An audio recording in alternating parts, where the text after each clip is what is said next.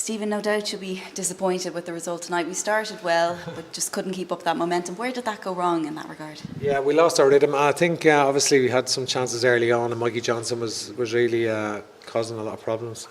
And Adam Ida took his goal very well, I felt. And we had a lot to play in, and about the last first half hour, 35 minutes, last 10 minutes of the first half, we lost our way a bit, and they got on top. And the second half, we lacked any real rhythm in our play. We had some good chances, but they had some good. They had some very good chances. So obviously, I made a lot of changes tonight, and we had to reward players who've been in the squad who haven't got opportunities, and some players that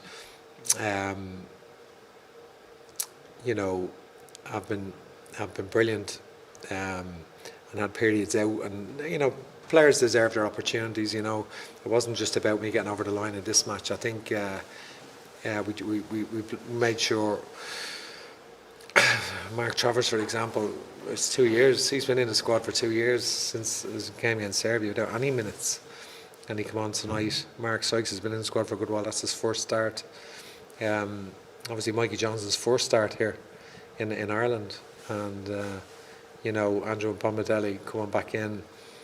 Obviously, he's moved for 11 million to Nottingham Forest, but he's not playing there. But he's certainly going to be a very good player for Ireland over the next 10 years. I know you didn't want to get into it pre-match, but can you tell us now just how difficult this international window has been? You having to field questions you don't have the answers to about your future? Listen, I've no complaints. I've not complained about that. I think it's the reality of football, the reality of sport. I think it's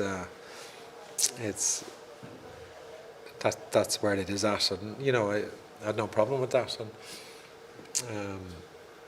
if it is my last game, as manager, so be it. It's been a privilege to manage this group of players, tremendous group of players. Really, huge respect for every single one of them. They've got 90 over 95%, and probably their best years are ahead of them now in their career. And I feel we've rebuilt the squad, and I think overall, like when you think of the players missing today, for example, like Nathan Collins and Chidozie Ogbenya and Michael Obafemi, and cutting edge players like that in the forward line, and the players that we didn't select today, like on the bench, like O'Shea and Scales, who've been could really come into it again, and other players. I think there was a really good squad there now. It's squad wise, it's in a miles better place. Like, I think it's a good squad now for the Nations League next year. And they're players you've brought in. Those players have always had your back. Was it emotional tonight? Yeah, it was very emotional there in the dressing room tonight. But a lot of people spoke and so forth. But yeah, all great people, and I think I think it's it's the biggest privilege you can have is to manage your country.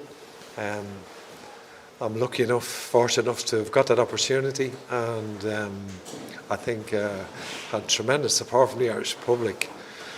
We've had absolutely record crowds over the last couple of years. Have been amazing away support, terrific, and just up and down the country, just nothing but encouragement, and I'm very appreciative of the support I've had from the Irish public. The fans have also always had your back. Have you got a message for them?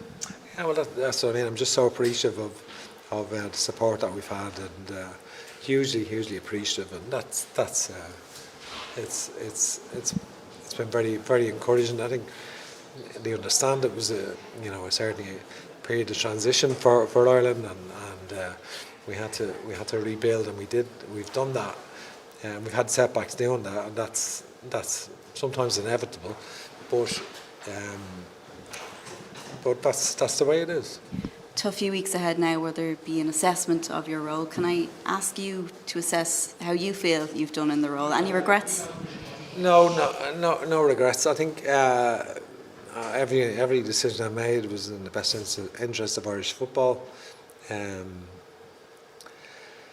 there's a clear pathway. There's a clear pathway now between the under 15s and the 19s and 21s right into the senior international team, and all the Irish players coming in at 15 understand that, and they know that now, because we speak to them all, and the manager speaks to them, and they see that pathway for them and an opportunity to play for Ireland, and it's the greatest privilege in their lives, and they must understand that. And I think so. Listen,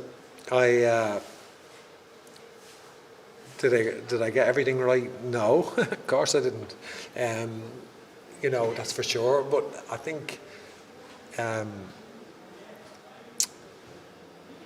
you know, the crux of the squad now, as I said, over the vast majority of the squad, their best years are ahead of them now. You know, we had, even 18 months ago, we probably had 8 players from League One in the squad, and now we've none players Championship higher, and we've probably got about 7 players in the Premier League now, and I think that's going to increase, and that's you know, that's really where you need to be. You know, to be playing international football, you need to be the highest level possible, and you know, I feel the squad will be in a good place going into. Obviously, it's a huge disappointment going to the Euros. It was a tough group. France and Holland and Greece, it was a tough group.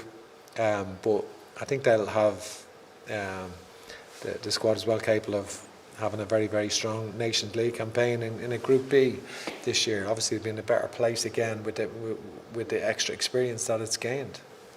Stephen, thank you.